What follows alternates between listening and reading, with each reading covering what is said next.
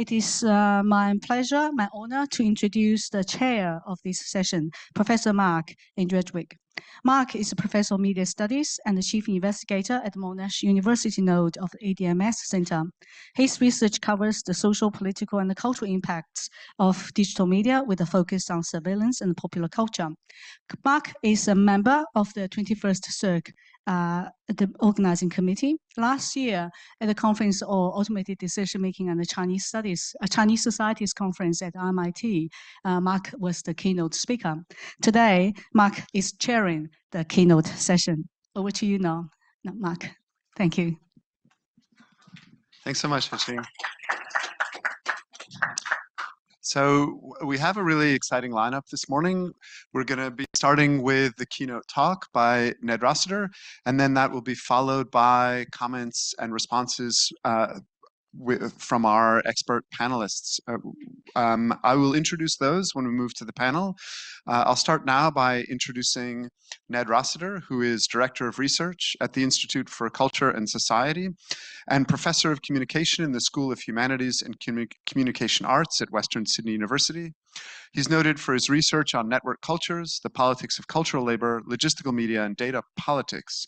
His major publications include, but are not limited to, Organized Networks, Media Theory, Creative Labor, New Institutions, for 2006, Software Infrastructure Labor, A Media Theory of Logistical Nightmares, 2016, and with Gert Lovink, Organization After Social Media.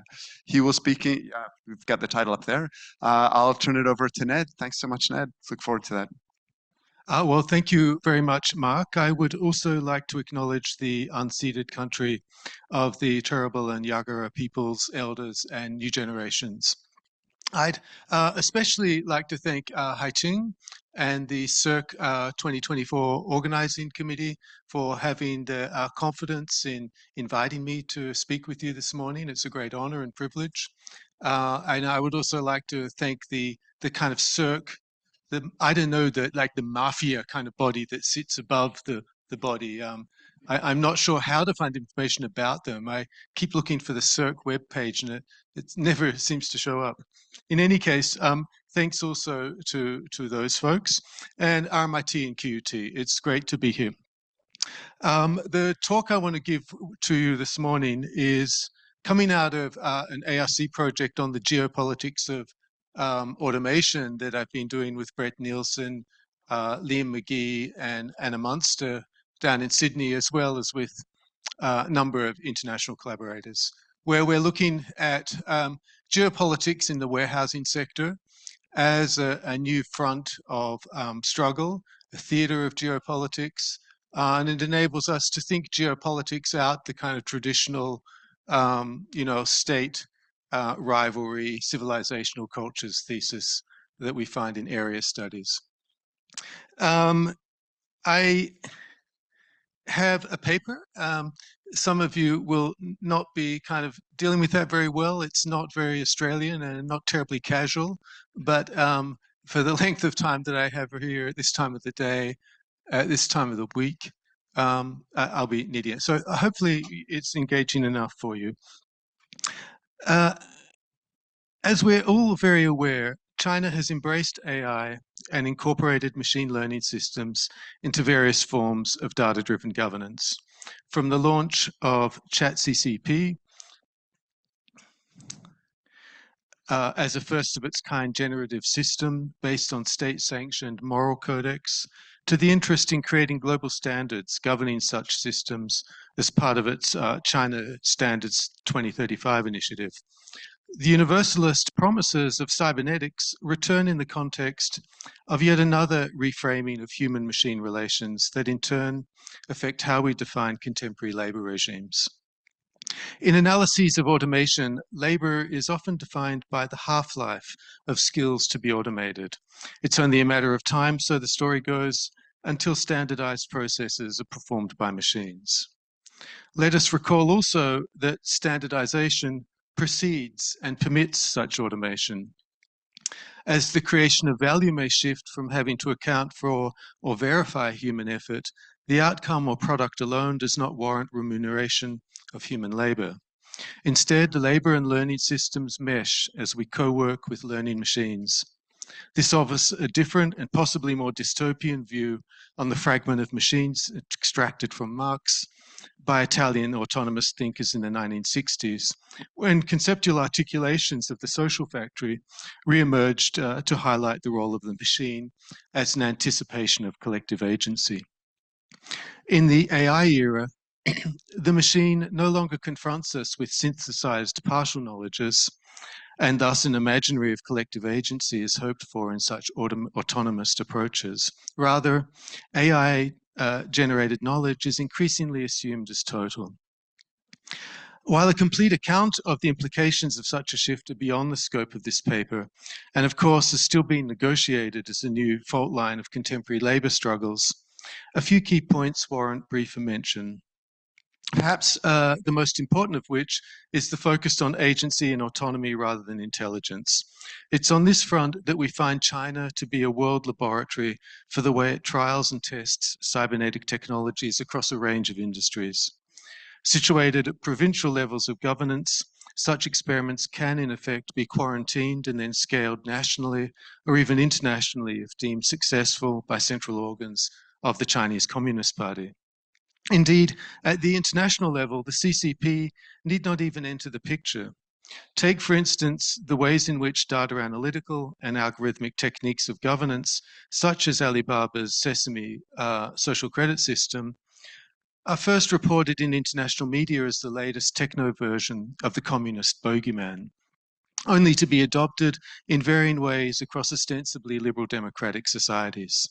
This is something that Michael Keane and Haiqing Yu have written about a few years ago in an article on China's digital empire of internet platforms in the Asia Pacific.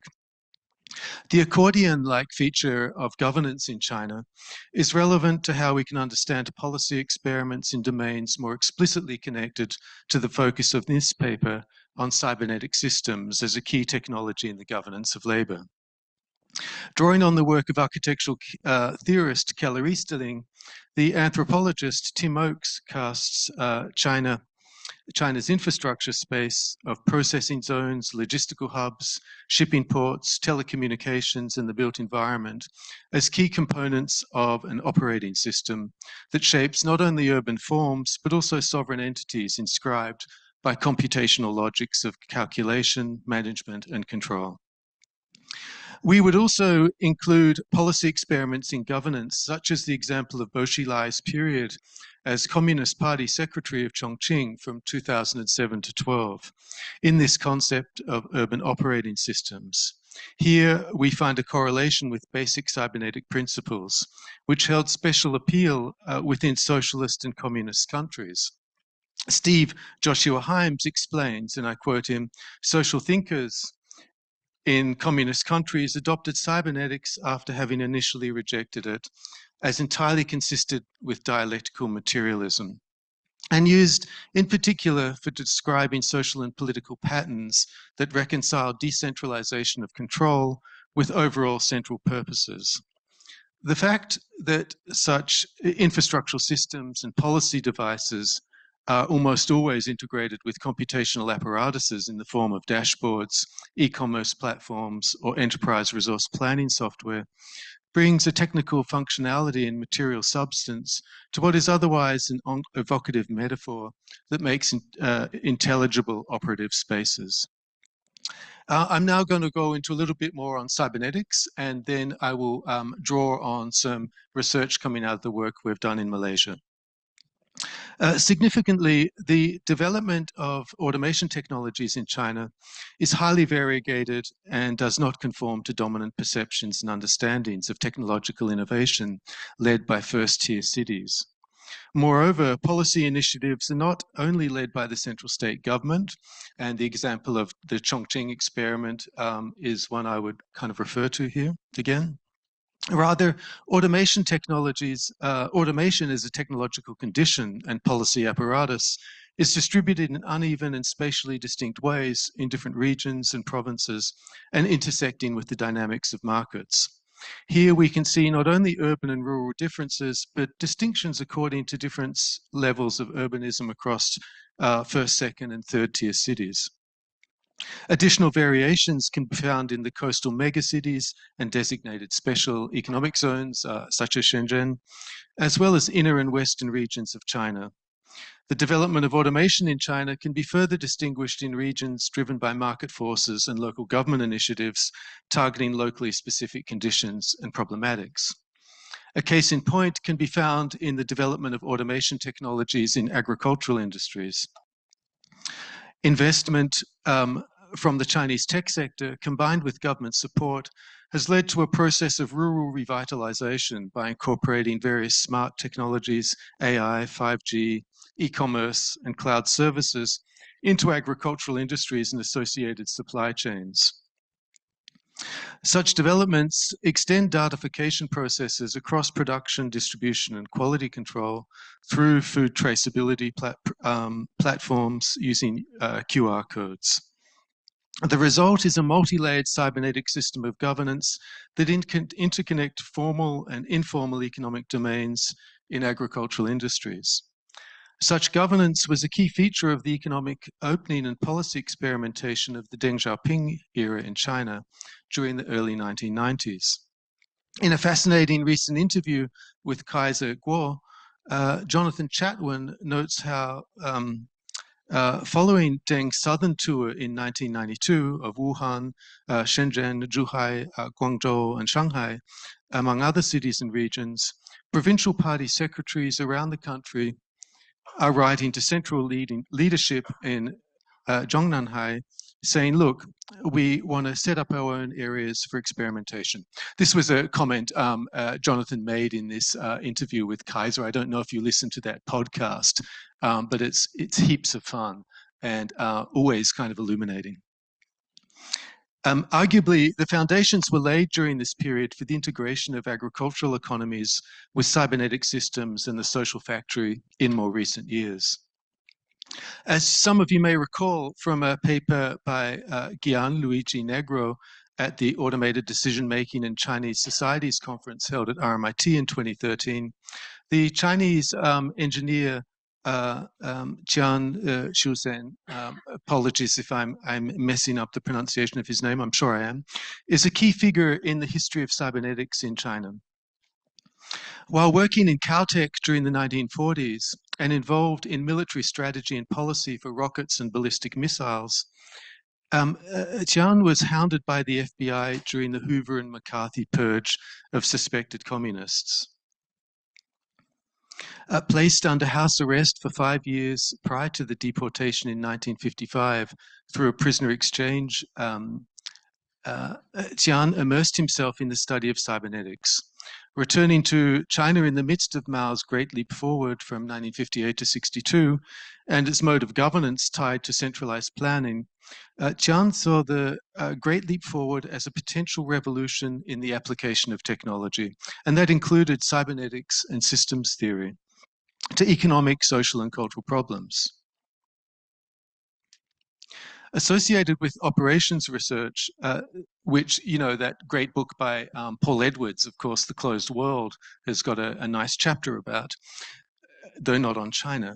This period devised management techniques predicated on quotas and systems of measure, a practice that was then relaxed during the Deng era, in which the strategy of decentralized planning was adopted and coupled with the mass mobilization of peasant labor forces, industrialization, and the optimization of agricultural production. Needless to say, cybernetic techniques of governance have continued in various forms in China and much of the world.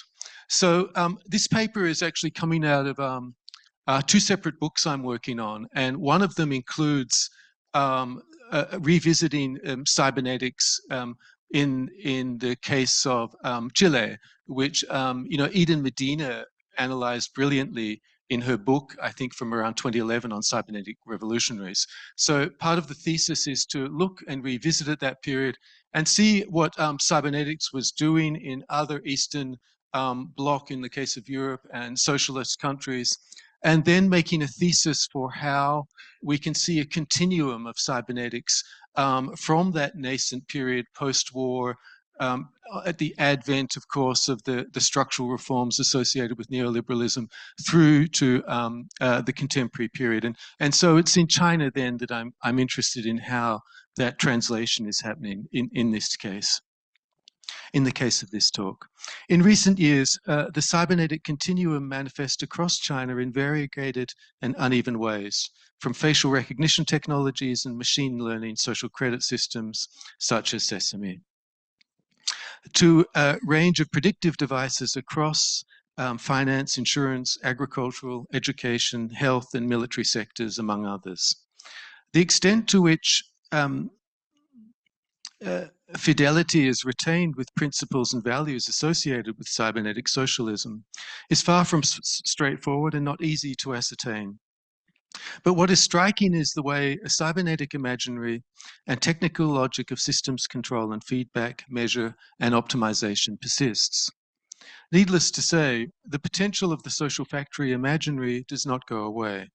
Rather, it also continues and is harnessed by a vast project of geopolitical techno-competition, leaving little room for the dynamics of collective action that once inspired the political use of the concept. And this was noticeably so, of course, in feminist theory, feminist movements in the 60s and 70s as well. I'm turning now to a sort of theoretical, conceptual notion that I'm wanting to put forward coming out of this work around the idea of the logistical episteme. And then I will come back to some sort of empirical setting with the case of Malaysia and warehousing. One way to understand the ubiquity of cybernetics as a dominant mode of governance within data capitalism is in terms of what I call a logistical episteme. The logistical episteme can be understood as a grammar of organization, calculation, and movement designed to service capital accumulation. In fact, such an episteme corrodes the analytical primacy that terms and ideas such as place hold in the critical imaginary. Modern electronic media, such as television and satellite, if not earlier communication technologies such as telegraphy and radio, anticipated the logistical episteme with their annihilation of space by time. Profoundly unsettling and the hitherto tendency for social relations and spheres of life to be organized around certainties bestowed upon and assumed of the space of places. In contrast to media and communications theory, critical geographers retained an analytical status for the concept of place in accounts of the social organization of capital. The work, of course, of Doreen Massey is chief among those that push back against the power geometry of time-space compression advanced by Marxist geographers such as David Harvey at the time. Similarly, one could also refer to feminist scholarship interested in the gender politics of social reproduction and forms of care work in domestic settings, or anthropologists interested in the thick description of communal life and kinship relations.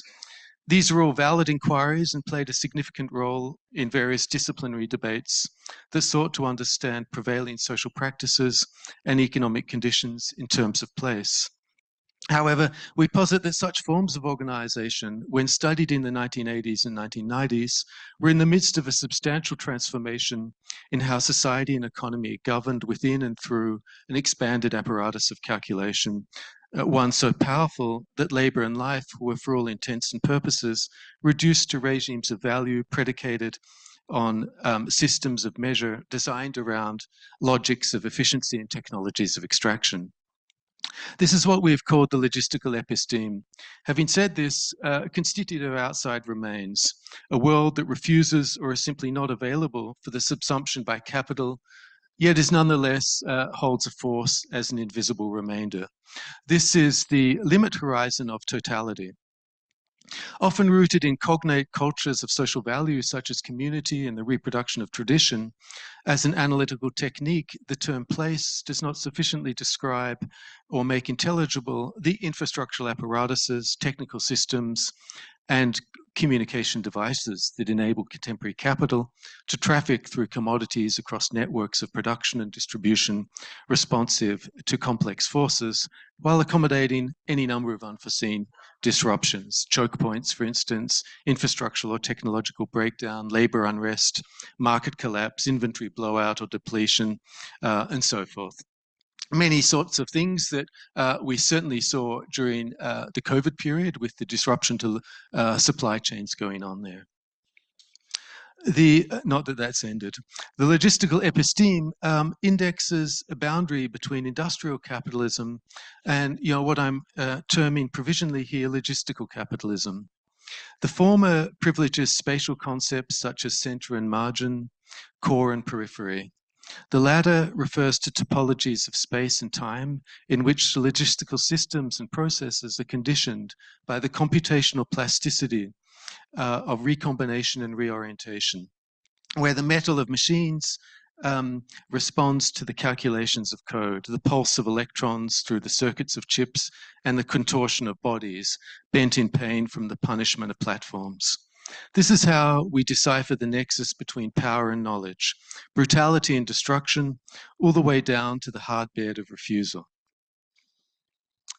I mean, certainly, the work of the early Foucault is a key reference point here, the archaeology of knowledge. It was a piece of work that he sort of disowned later on for reasons that I never quite kind of worked out. Stuart Eldon, the geographer, has written an amazing intellectual biography of Foucault across 4 parts, 4 periods of his life. And the first 2 volumes of that biography are especially interesting.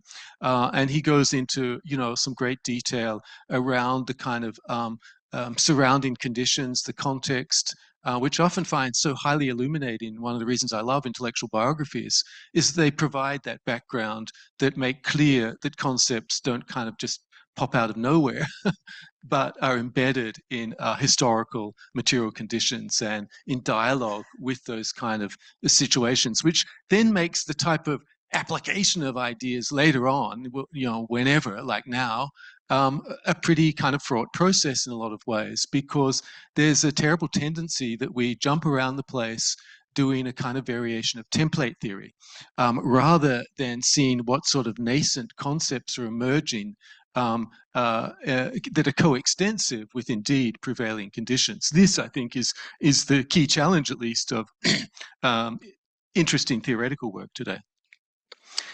The expansion of capital works in historically, technologically, and socially variegated ways across time and space, as I've been saying. And I argue that the increasing globalization of capital and technologies of calculation and coordination emerge in tandem with this logistical episteme I've been describing. As the anonymous collective Tikkun maintain in their text on the cybernetic hypothesis, one I've kind of rediscovered again recently. It's a lovely little book that Semiotext put out. I mean, all their books are lovely, but this was 2001 in which it was written. There's often sort of delays in translation.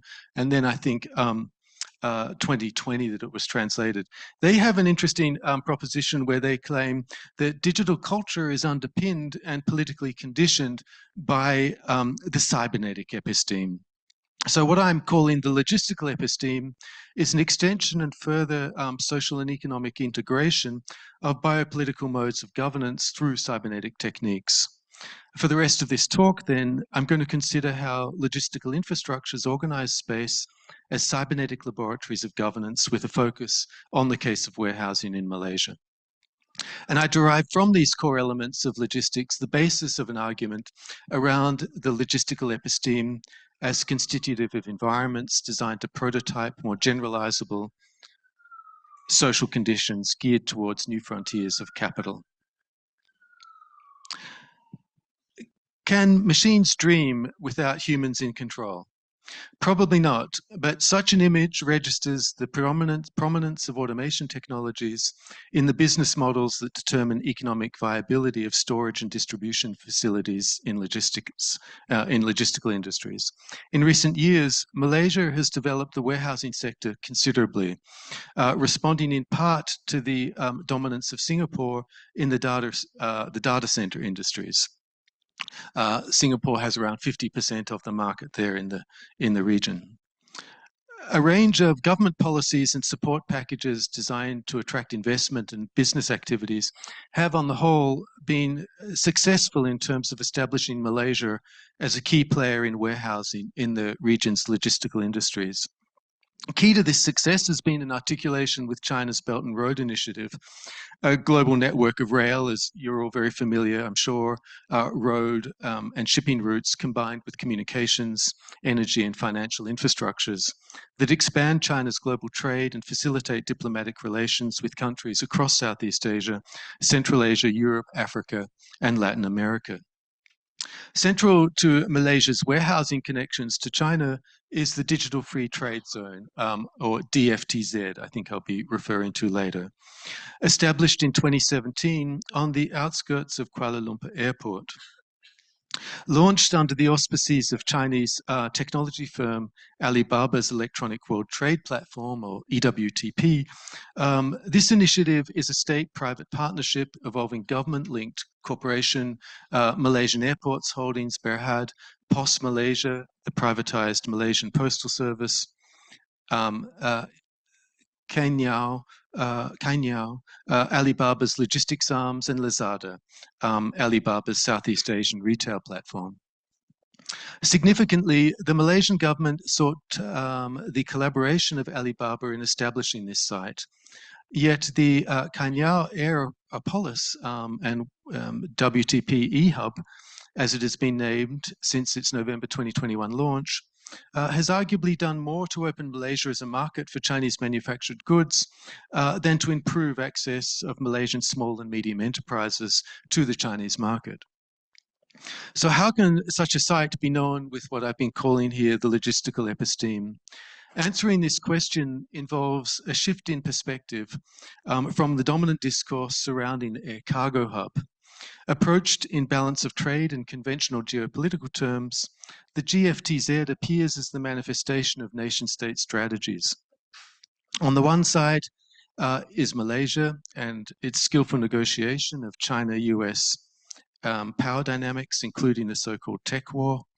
And on the other side is China with BRI and the associated Digital Silk Road Initiative, widely interpreted to involve the export of Chinese development model and an effort to advance the reach and influence of Chinese tech companies, digital products, and standards. That Alibaba's electronic trade platform, of which Aeropolis Initiative is a part, is a wide-ranging project incorporating sites in countries such as Belgium, Ethiopia, Mexico, Rwanda, and Thailand, adds further grist for the mill. Yet despite Alibaba's efforts and to associate the EWTP with the Digital Silk Road under the banner of inclusive globalization, it's a business-driven initiative that seeks to demonstrate its relevance to the Chinese state rather than one that straightforwardly translates Beijing's geopolitical agenda in the world of commerce.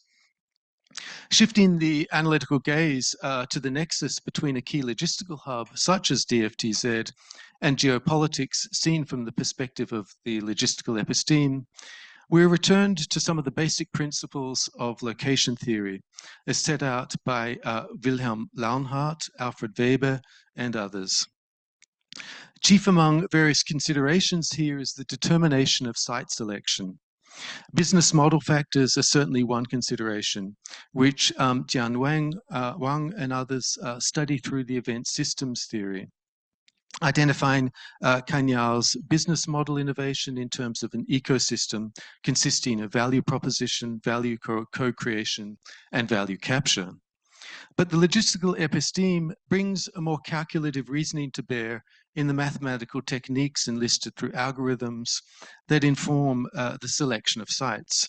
Such epistemological technologies are of a different class to the usual suite of business investment, land concessions, and tax incentives comprising the standard tools of statecraft, all of which feature in the Malaysian government's development of the DFTZ.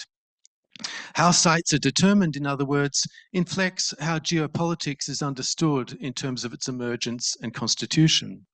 An analysis starting from the perspective of tools of statecraft will, ipso facto, build a model of geopolitics based on a conventional understanding of interstate rivalry, as I mentioned earlier. But analysis that begins with the logistical episteme arrives at a considerably different comprehension of geopolitical formations at historical junctures that distinguish the variations of capital in epochal terms. The logistical episteme then indexes a diagram of calculations regarding population density and market factors, infrastructural facilities and systems, transportation costs, the geography of urban conglomerates and regional hinterlands, real estate prices, concentrations of administrative and service units, and so forth. The objective is to construct a model of spatial distribution that decides where to best locate, for example, infrastructural facilities such as a warehouse that provides a core element in the logistical network of assemblage, storage, and distribution and supply. Irrespective of whether or not such a model is actually used in commercial and planning deliberations, from an analytical perspective predicated on the power of the episteme, this is how we can approach an analysis of the presence of Alibaba in settings such as DFTZ. The logistical episteme unsettles the focus on geopolitics as a state-led dynamic and instead makes possible an analytical architecture that privileges a hermeneutic system in which coordinates are immanent to logics of operation, specific to technologies of calculation, calculation coupled with market dynamics and commercial objectives. Let us recall the articulation between politics and epistemology. Geopolitics, understood within and through the logistical gaze, makes apparent the ways in which the politics of territory and the territory of politics is always already a contest cut through by the mathematics of geometry, optimization, and time. Such is the difference of the logistical episteme to human toil. On what ground does the DFTZ sit? The present logistics park replaces facilities at the edge of Kuala Lumpur's international airport, previously occupied by a discount air carrier terminal and other tenants. Today, the DFTZ is part of an Aeropolis master plan that also features an aerospace park and leisure facilities that include an outlet mall run by Japanese real estate conglomerate Mitsui. But the history of the site is replete with struggle, including the eviction in 1994 of 85 indigenous Orang Asli families from the area to make way for the highway leading to the airport. Transferred north to peatland gazetted under the name Kuala Langat North Forest Reserve, these people today fight against degazetting, a degazetting initiative aiming to free land for clearing and commercial development. This kind of detail is immaterial to the location initiatives of Kanyao and Alibaba. At stake is rather a logistical calculation based on the exigencies of distribution, interoperability across systems, including customs clearance, and the availability of labor at favorable cost. In this regard, the warehousing facilities multiply their uses and efficiencies. Ericsson has recently set up a regional distribution center in the Kanyao Aeropolis, establishing a foothold for one of the most important competitors of China's Huawei in the 5G technology space. Likewise, Malaysia's MAG Aviation Consortium, an investment holding, IT and integrated supply chain management company, has signed contracts with 2 Macau-based operators to set up a seafood transshipment hub in the warehousing complex. Focusing on time-sensitive seafood import into the Chinese market, the area spans over 2,400 square meters and includes specialized fish tank working areas and cold storage. This kind of logistical coordination which balances commodity shelf life against transport and labor costs, is the sine qua non of location technologies. In a warehouse facility, a facility of storage, is a warehouse a facility of storage, assembly, and distribution? Or is this architecture of logistics an environment that patterns the world as an epistemic horizon predicated on maximizing the extraction of value through technologies of calibration and control?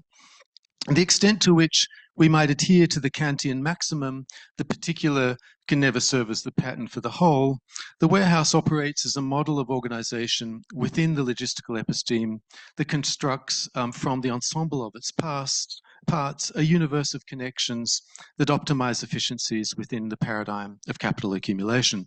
Here, the totality of relations comprise an environment designed to assert new forms of power specific to the episteme of logistics. Edward Gomez and others report that the Canyao Aeropolis workforce will be split by a division of labor estimated to be 37% of skilled workers.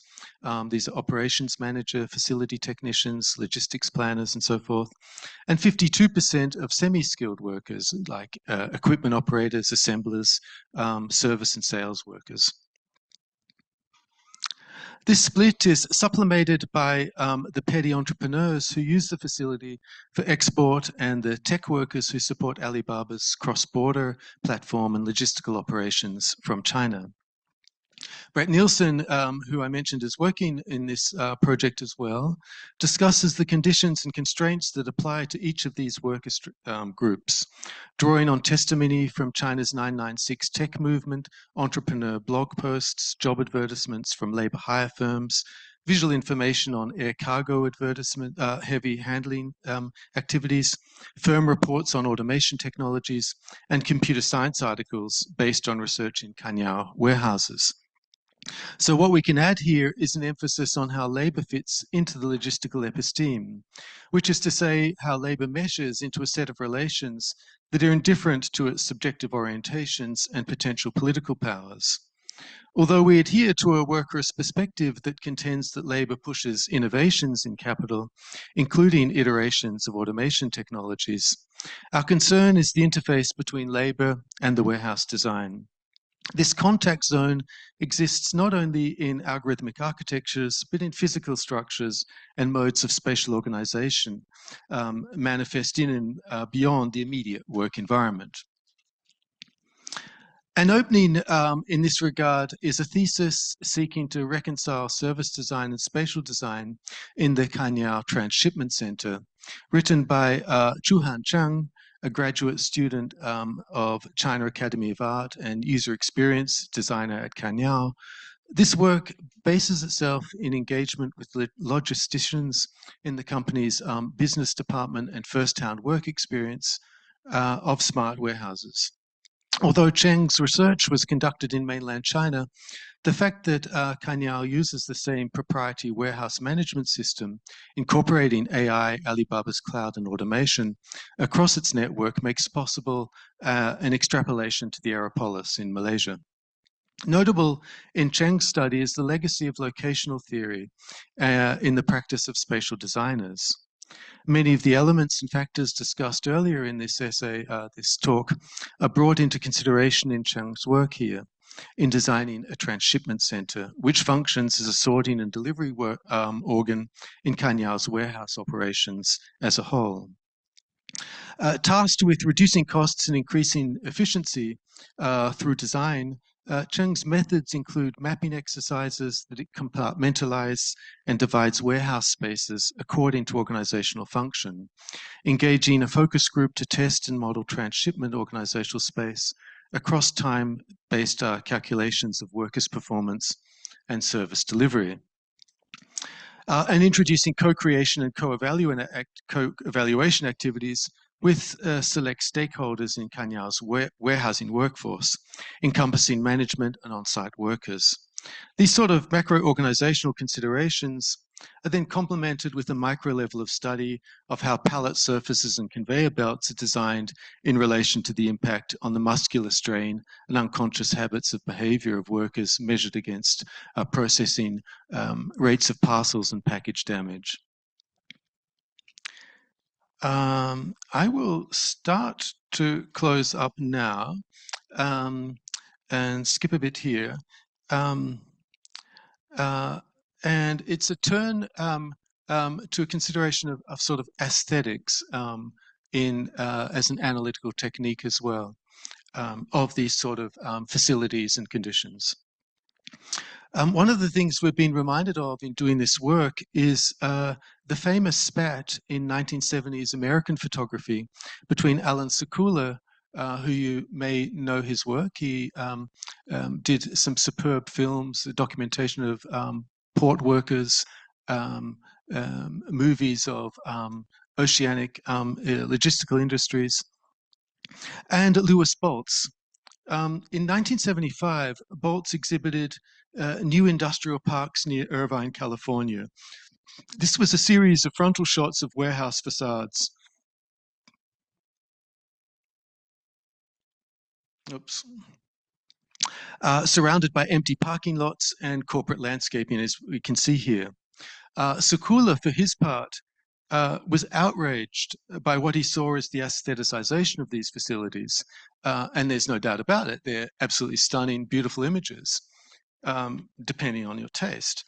Sekula was accusing Boltz of concealing labor conditions and removing traces of surplus value extraction. For Sekula, Boltz came from the so-called neutron bomb school of photography, killing people but leaving the real estate standing.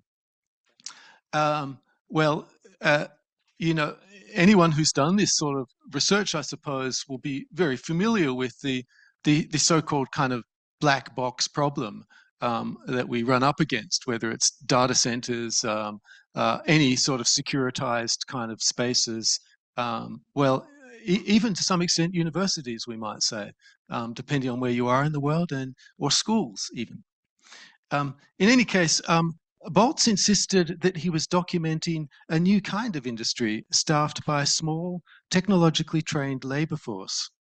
Significantly, Boltz emphasized the location of the facilities he photographed, noting their construction on previously unimproved land, proximity to freeways and airports, inclusion in regional master plans, clustering with aerospace and data processing industries, and their role in distributing goods manufactured elsewhere.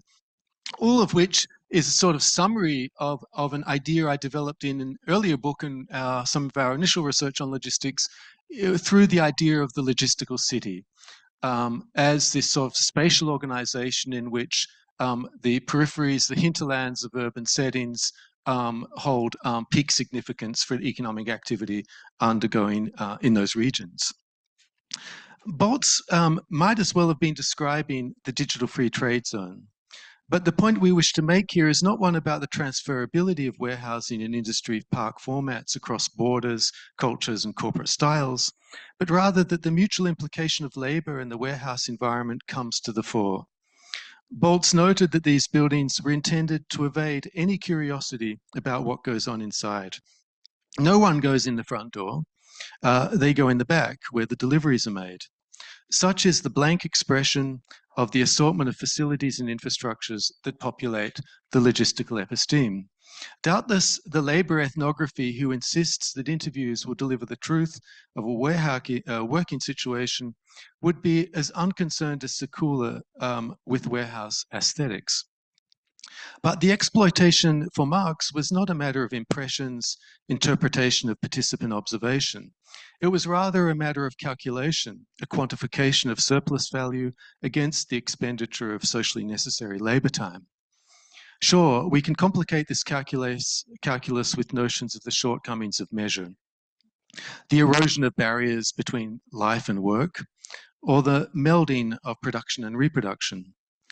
All of these are valid and necessary moves under contemporary capitalist conditions, But taking these steps is not yet to account for how data analysis, automation, and other techniques of logistical coordination structure the warehouse environment in ways that push beyond previous modes of scientific management, which primarily sought to optimize efficiencies in establishing the factory setting. From our side, an extended analysis of the logistical episteme would include an account of data sets that register inventory, picking and packing rates, driver acceptance logs, GPS locations, and delivery times.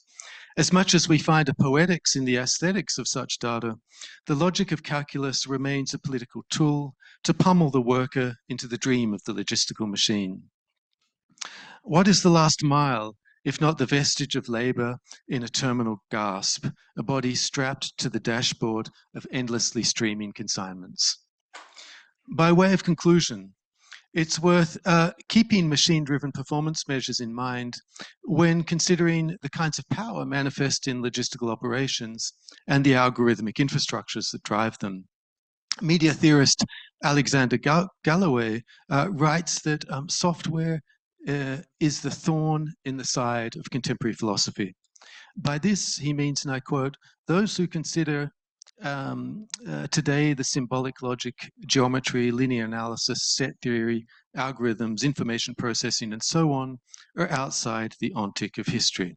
They fail to grasp the material significance of the current convergence between the logic of mathematical disciplines, such as computer science, and the logic of the mode of production. This warning, we think, is worth remembering when considering the modes of power and economy that animate contemporary algorithmic operations and optimizations.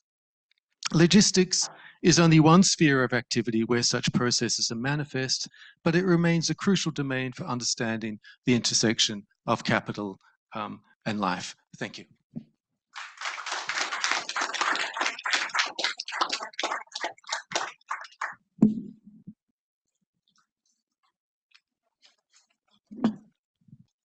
Thanks so much, Ned. I'd like to invite our panelists to come and join us in the seats up here. And Ned, also, I think we've got seats for everybody. We also have Jack Chu coming in remotely. So I'll introduce our panelists as we go. Is Jack there? Yes, can you hear me? Oh, hey, yes, we can hear you. Good to see you, Jack.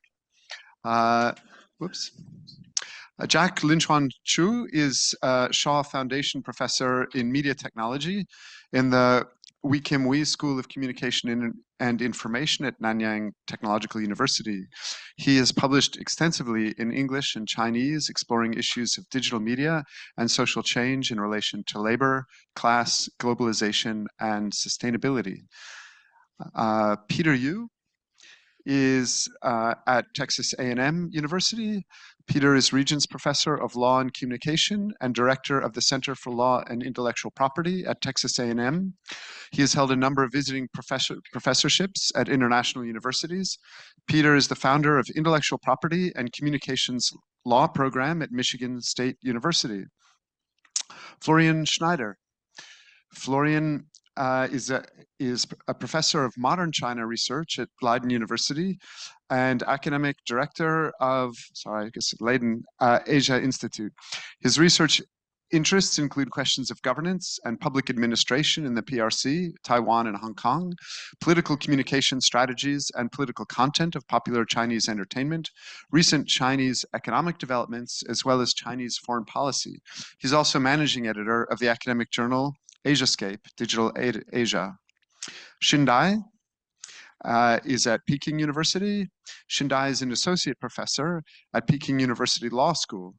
His research interests include legal theories, law and society, economic analysis of law, information privacy, and internet law. Seyram Avle. Seyram, good to see you, is an associate professor in the Department of Communication at the University of Massachusetts Amherst. Her research focuses on digital technology cultures and innovation across parts of Africa, China, and the United States. This work primarily takes a critical approach towards understanding how digital technologies are made and used, as well as their implications for issues of labor, identity, and futures. What I'd like to do now is to invite our panelists to respond to any of the themes or topics that came out of Ned's keynote talk. And what we'll do is we'll have everybody have a chance to provide a response. And then we may have some conversation back and forth, I think, with Ned. Invite you to respond to some of the comments that you've heard, and then we'll open it up to the audience for some further discussion. Jack, is it all right with you if we start with you? Sure, yeah. Thanks. Everyone can hear me, right? Yes, we can hear you well. All right. Yeah, so thank you, Mark, for the kind introduction, and thanks for the conference organizers for putting this wonderful event together. I enjoyed very much reading Ned's paper and also hearing your keynote presentation just now. This work I can see continues and even elevates what you have already published and analyzed and established in the past about logistics, labor, and infrastructure into a more epistemological, and also deeper into the context of a Chinese multinational, but in the context of Malaysia. So this study is timely, innovative, and as usual by Ned, so it's very transdisciplinary and trans-regional.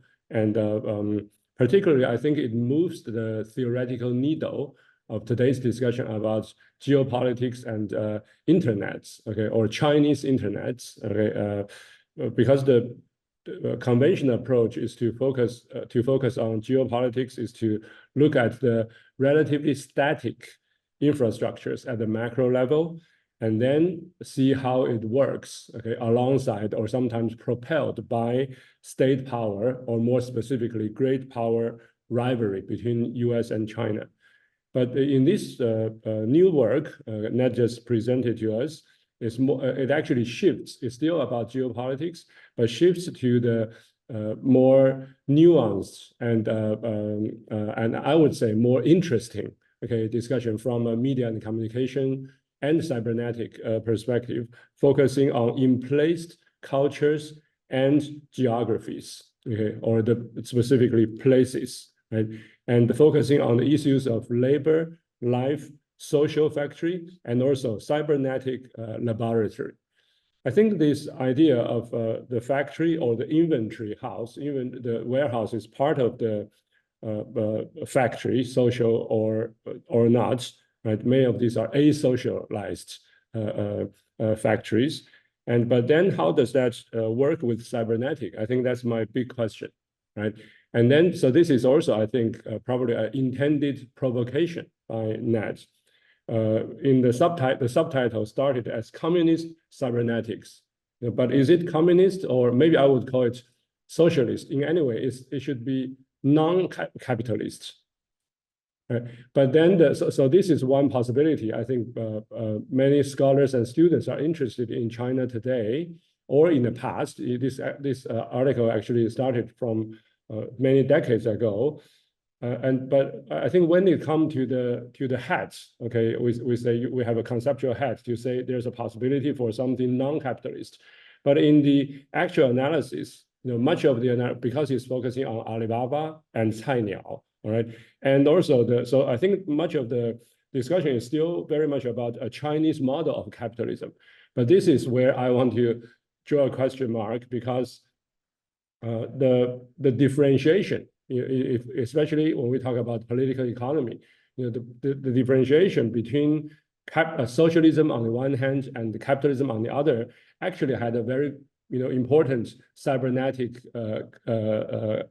connection, which is more than 100 years ago when the Soviet Union started to make the world's first 5-year plan, for the communist countries, socialist economy. Right? And China today, of course, still continues. And China is not the only country. Many Asian countries continue to make 5-year plans.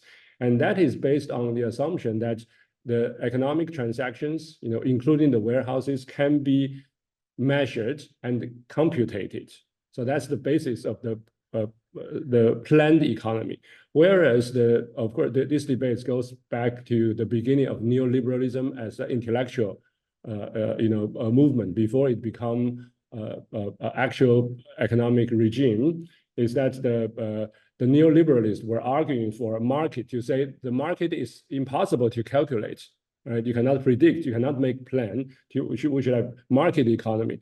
But what's paradoxical is that a few decades later, right, when we transform into post-Fordism, actually it's the neoliberalists who pushed forward all this just-in-time, okay, and lean capitalism, a flexible capitalism, which is very much about minimizing, warehousing, right? So, and there's also lots of computation involved in there, even though they say we should not do computation for the larger economy. If you look at Alibaba or Amazon, these are bigger than many national economies in the world, in other parts of the world. So I just want to wrap up my comments here. Is that I found I want to go deeper to ask what exactly you talk about. There are basic principles of cybernetics, so that is feedback loop, all these kind of things can be observed in the sites, okay, in the things that you analyze.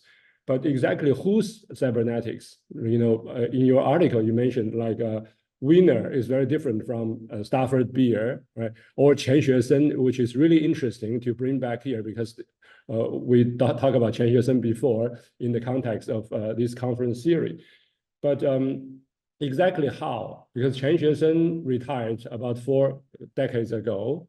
I think some of his students are still alive and kicking, but they are not studying economy at all. They're studying the somatic science. Okay, they are supernatural, okay, capacities of human beings, and they live in some monasteries to the east of Tibet these days. But there seems to be very little connection, okay, between, at least I have not seen, maybe you can demonstrate in your next books, okay, what Adam Medina has demonstrated. How exactly does Chen's cybernetics got connected with the national or local level, right? Chinese officials, or even Kuala Lumpur, Malaysian, okay, local. So how does these things connect at the meso level, at the organizational level? And so that's something I would like to learn more. Thank you. Thanks so much, Jack. So I will now go to Peter Yu. I'll hand you the mic. Sure. So it's always difficult to follow Jack. His observations are always very rich. And let me start by thanking the organizers, especially MIT and ADM+S. It's also wonderful to see new faces here at CERC. We've been doing this for more than 20 years, and every time we see different people. So this is actually pretty exciting. I hope you'll bring us back to Australia again, but probably not too soon. So I think Ned actually gets started in thinking about a lot of those issues that will come up later on for the 2 days. I think it actually ties to both some of the presentations that are coming up for today, as well as what we did last year in Chiang Mai. About how China is reaching out to different parts of the world. And I think it's a very good way for us to actually get started at a very high level, thinking about the transformative potential of automation, ADM, AI, and I think and also the role China will be playing in, as well as the role of China's firms. So I would offer 3 observations based on the presentation. The first one is actually inspired by how he started off with ChatCCP, right? So we have seen how AI tools love to hallucinate, right? And it's always interesting to figure out how government can actually control the use of AI platforms and AI tools. And I think one of the big debate right now in the EU with respect to AI Act is whether they actually allow some of the corporate holders as well as other individuals to opt out from having their works or having their content being used for training purposes. And that is actually a catch-22, right? Because if you actually allow the content to be opted out from training purposes, then the AI system will start to hallucinate. And so the big question is, do you actually want to allow them to do that? If you don't allow them to do it, you will not be able to offer enough protection, whether it's from intellectual property standpoint or from privacy standpoint or from other areas. If you allow them to opt out, then you are most likely to get in a situation where the content is not that accurate, is biased, and there's a lot of hallucination involved. And I just came in from Sydney on a conference on traditional knowledge with the same issue, right? And we actually have acknowledgement of the country starting off the conference. Do you want to allow indigenous cultural materials to be used for training purposes? If you don't allow them to be used for training purposes, then you offer strong protection, but then they will start to hallucinate and pull together the different indigenous materials based on what they learn from secondhand materials. If you allow them to opt in, they allow them to actually use for training purposes, then how do you handle that? And I suspect that would be a big question for those policymakers within China as well as other countries, trying to figure out how to deal with the training data. The second observation is actually relating to the first observation, is about modeling. So when we think about trained data, or we think about the old days when we do big data analytics with a lot of facial recognition tools, with a lot of things that are captured in form of data in China, I always wonder whether data is just too limited for big data analysis, because most of them are basically quite homogeneous. It's based on local people, based on foreign tourists, but that is increasingly changing, right? We can see a lot of firms, a lot of governments, a lot of other players are now getting data from other places. They're buying them, they're developing companies and acquiring data and using other ways to do it. So increasingly, we need to look at the AI platforms not just as platforms, but actually as a supply chain, with many different players actually getting involved in the process. And so I think that will be quite important as we try to think about what is the model being used for the AI technology we're talking about. Another thing that could be quite interesting is that if you look at, for example, ChatGPT, Claude, Bard, and a lot of the AI tools, they are using data that's collected by real life activities. And there's been ongoing discussion about synthetic data that actually does not rely on what's going on there. You actually come up with that. And they people also look at, for example, pattern recognition or other tools to actually develop the AI platform. And I think that is actually quite interesting when you think about how a government can control the AI tools. The more they rely on data that are more on the synthetic side, the more likely they will be able to maintain better control.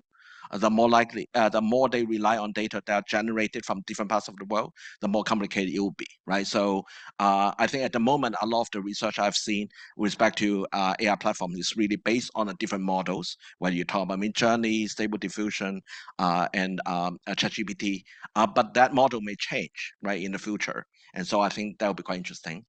The third one is the third observation is to the larger I would say inspired by the overall talk, right? So it's about the debate about convergence and divergence. And so I suspect we would end up with somewhat in between. With respect to AI regulation, we'll have both convergence and divergence, but with respect to different type of issues. Some of us have described that as cross-vergence. So you basically have a combination of different things. But tying to Ned's talk, I think he mentioned, for example, experiment. I think it'll be interesting to ask, is it an experiment coming from China, or is that going to be a blueprint for other parts of the world, right? And he also mentioned translation. But then there's also a question, it's like, if we translate something with expectation that there's an original, but at what point, right, what's going on in China becomes the original so that other people will start doing the translation. I think one thing that is quite interesting for those of us who do comparative law is something called legal transplant, right? So a time for us to transplant any models from other places, whether it's law or whether it's policy or whether it's other things, is also a time of reform, right? So if we're going to bring in something, then how can we actually turn it into an experiment that will be beneficial to local conditions? So I would end on one question for Ned, is that most of the discussion about automation, about when you refer to the logistical episteme, is based on what we normally describe as intelligence augmentation, right? We're using automated technology, using AI system to actually help us to change logistics, to change industrial development or spatial distribution. But 5 years from now, 10 years from now, we're getting to the aspects of generative AI, where machine will think differently. They will come up with different models, right? So I'm wondering what role that type of technology will play in some of your analysis with respect to geopolitics, with respect to industrial development, with respect to location of industry or logistics. So that is a very interesting talk. So thank you for doing it. All right, yes. Thank you for having me and for organizing this wonderful conference. Good to be back at CERC. Good to see you all. I was reminded listening to your talk, we just hired two human geographers in Leiden to look at the digital, and they keep bringing up these very uncomfortable but very necessary reality checks of how the digital, I think as academics we've mostly moved on, but how the digital is not ephemeral, even though the tech bros in Silicon Valley and probably increasingly Beijing and Shenzhen are trying to convince us otherwise, but how it's anchored in place, how ideas and institutions relate. And so these are all, I think, dimensions that many of us are interested in. One thing that struck me was in your talk also the cost of the episteme that you're describing. Now, you're mostly in this talk interested in the labor costs, which I think is very timely and important. But I'm also thinking of the environmental costs, which Kate Crawford has written a fantastic book that includes a lot of the costs of AI. And that's probably also important here, whether it's in terms of raw materials and the mining that goes on there, the water costs, the energy costs, depending on where the energy comes from for data centers and so on, but also the costs of having these distributed supply chains, the shipping that's involved that gets almost never mentioned, and the shipping industry is one of the worst polluters on the planet, not to mention all the containers that fall off. I saw the title page of your book has all the containers falling off, so I'm curious of whether in that book, I apologize, I haven't read it yet, and I will, but also in relation to your talk, whether there's any connection points you see there worth maybe briefly mentioning in terms of environmental issues. The question I had to do with your conclusion, where you also nicely reference Alexander Galloway. And overall, your assessment is pretty bleak, and I think that's very warranted. So it's a very dark conclusion, but I find it interesting that Alexander Galloway himself, when he writes about video games and gaming and so on, he frequently comes back to the idea that engagement with digital systems, with informatics systems, also already contains a certain seed of resistance in it, simply by training people to see the systems and start gaming them and playing them. And this is something that those of us who work on China see all the time, that people are gaming the system, whether it's in Chinese platforms or more broadly with these digital systems. And that might already train people to see the informatics society for what it is, and see the mechanics that they can use in order to leverage them for their own purposes in ways that may not have been intended. So I'm curious, and I know you cannot really look into the warehouses per se, and you mentioned the black box, but do you have the impression that there is malicious compliance or playful bottom-up sentiment and activity that might give us some sense of hope rather than just the bleakness that we otherwise see? Yeah, thank you. All right, thanks.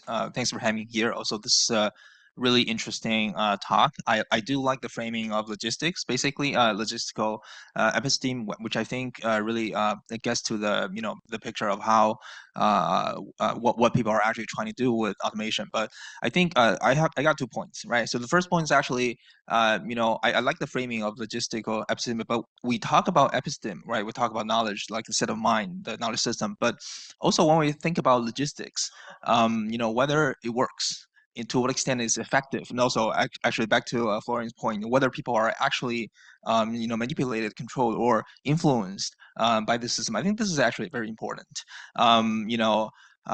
Even at the very shallow level of things, when we talk about these things, it's not just whether people are failed, they become controlled, subdued, or subordinated by the system, but also from the perspective of the people who actually adopted this system, whether they serve their purposes, right? So, which I think it could be interesting. For example, for a lot of the example that you use, starting from ChatCCP, actually, nobody actually used it. I'm a CCP member. I have never been asked to do anything with that, and I don't actually expect to use that for any serious work purposes, right? So what does that tell us, right? Second, Sesame credit basically is not any more effective than consumer points program, and to the extent that nobody, if you don't actually borrow money or intend to borrow money from Alibaba platform, right? And then a lot of these other things we talk about, right? So if, for example, they are not effective in terms of creating the logistical value that people adopting them intending them to. So what did that tell us? I think this is actually the question we should think about. So this is actually the other side of the question Florian is asking, right? So the second point I have is I also like your point about these logistical episteme logistics is actually the way for accumulating capital, which is, I think, very important. When we talk about capital, also think about capital not only in economic term. There's also political capital, which this really strikes me in the sense that when we talk about governance. To the extent that government actually try to adopt automation, especially in the Chinese context, when they try to adopt automation or digitized system mechanisms to facilitate governance. So there's actually a very clear goal or objective for accumulating, generating, or maintaining their political capital. So that's I think might actually be a related but interesting angle to sort of expand your exploration. For example, we do hear a lot of this logistical kind of inspired phrases when we look into a digitized government in China. There's all this talking about, for example, delivery of government services in the last mile, letting the data travel the road so that people no longer need to run the errand, stuff like that, right? So this is purely or genuinely logistical thinking and way of doing things.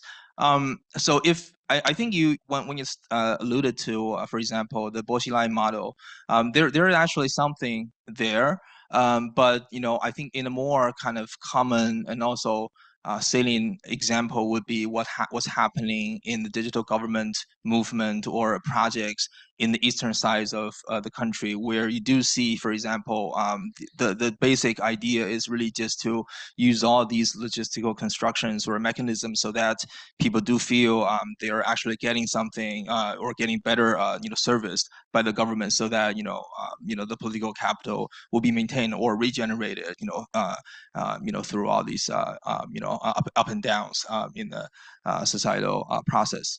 So this is actually the two. I just got these reactions when I hear the talk, but I think maybe, I'm not sure if you agree, these might actually be the two parts of the things that could actually follow your your explorations. Thanks. Yeah, thank you for this really interesting paper. I will keep my comments really short. I think Florian started sort of a train of thought where I'm going. So I'm picking up on your discussion on place as insufficient for making intelligible the infrastructural apparatus and sort of like thinking through logistics as a way around that, right? And I want to kind of provoke and push back a little bit, right? Especially since you're drawing from Massey and other geographers who think through these kind of logics. And I think I would like to sort of push you to consider place as a locator of, or sort of keeping labor within the processes, right? So towards the end, you talk about how software is a thorn in sort of in the flesh of folks thinking about these things. And I would sort of push back and say, actually, it's people that are a thorn in the flesh. If you talk to Silicon Valley, sort of, or even Shenzhen, sort of everyone, it's people that are the problem. We're automating people out of the system. Logistics is not just about computational machines, but how do you remove the human, right, from the loop or around humans in the loop? So humans and their labor remain a consistent thorn in logistical issues, right? So if you talk about driver locations, GPS locations, delivery times, driver acceptance, logs, inventories, all of those circulate around people and the way they function in in the system, right? In the logistical system. And so I find place actually, interestingly, as an interesting way of locating people and humans within logistical processes, in part because place is, per Massey and others, how we locate power within systems, right? And so where people are positioned within these logistical systems is how we find labor power. It's how we find, the different kinds of capital power within these systems. And so I think I just want you to maybe reflect a little bit more, or we can have this conversation another time about people, labor, but really interesting flexibility of place as a logic of locating power within logistical systems, even as I accept all of the really fascinating ways that you're bringing all of this together, but to keep place as a really important logic within what you're developing, right? All right, I'll end there. Thanks so much. Thank you for those wonderful, rich comments. You've got a lot to respond and react to. Checking to see how much time you've got. Yeah, like it's 15 minutes to the break. I don't want to take too much time, but I do want to thank my fellow panelists here for the very generous thought and feedback and comments that you've had. Incredibly rich. I'm glad this has been recorded. I've made a number of notes, but we'll be drawing out some other points. So I'll just pick up on a couple quickly, I think, because it'd be very nice to open this up to the audience as well.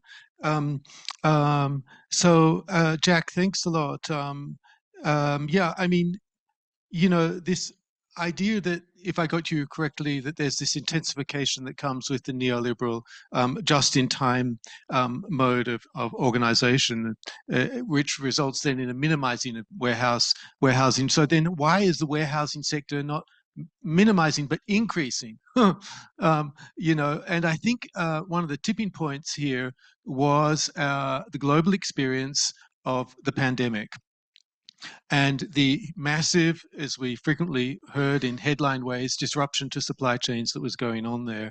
And this shifted the logistical paradigm, which I think up until that point had been very much organized around this JIT, this just-in-time system.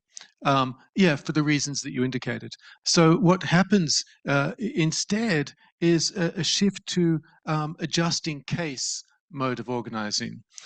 We see the renationalization of industry being promulgated as a policy discourse across governments around the world, and with that, investment and construction of key logistical infrastructures such as warehousing. That is sort of one reason why I think we could explain the increase in warehousing rather than what you would think otherwise would be the decrease. The connection with Tian at a meta or organizational level, that's a real fascinating proposition, and one that I'm not knowledgeable enough to respond to, other than thinking that while there may be not a direct promulgation of the kind of disciplinary knowledge of Tian into the organizational logics, cybernetic organizational logics of contemporary logistics, nonetheless, his return to China was critical, it would seem, from historical accounts, of introducing cybernetics as an institutional, industrial, or discursive practice. And to that extent, I think we might say that there's a continuum there. From his return in the 50s through to our contemporary period. But definitely that's something else to look at. Peter, I wish I'd used my red pen. That's why I have two pens to sort of see where I am. Or Florian, I'll go there. Yeah, I mean, because this touched on something also across the other comments as well, was the question of labor solidarities. And my tendency to kind of embrace the bleak is sort of not meant to be absolute or here, welcome to the world of futility, but rather to also think, indeed, the question of disruption. Technically and organizationally, logistics is always dealing with contingencies of forms of disruption. And absolutely, labor and its pushback is a key kind of force at work there. And indeed, part of the thesis behind the idea of the social factory as that which precipitates dramatic structural organizational shifts in modes of the organization of capital, from Fordism to post-Fordism, for example, would be ground that, whether you buy it or not, the autonomists like to claim. I'm less certain about that. Look where it got us. But nevertheless, is there total compliance or play and resistance internal and immanent within the system, within these settings? Or are these just sort of parts of the formation of habits and routine kind of practices that we collectively kind of are subsumed by and into? I'm never quite sure what the line is there. One of the fascinating things I discovered, though, in my earlier work around enterprise resource planning software in the 1990s with the German company in particular, SAP, was speaking to some anarchist computer scientists. And they had this totally fascinating story that at the level of the system development then, they were able to read in the code the programming around labor. And labor kind of to extract efficiencies and productivity. And they did a totally beautiful kind of hack where they rewrote that line of code. So that was the 90s. I'm not sure if that type of, if that's possible anymore, where the back doors are. But there are backdoors, and there would be people doing that research much better positioned than me to give an account of that, and I'd love to read it and hear it. The closest I got to that was talking with another amazing person in Germany, an artist who, strangely enough, her day job was to sell SAP, and she was effectively an anthropologist without training, and she would go into different companies and work out how they worked. And how to adjust the kind of operational parameters of this software to work in ways that suited the organizational needs. So that was, I guess, another kind of insight, the extent to which parameters can be adjusted. And this is something that fascinates me at the level of technology design, the politics of parameters, if you like.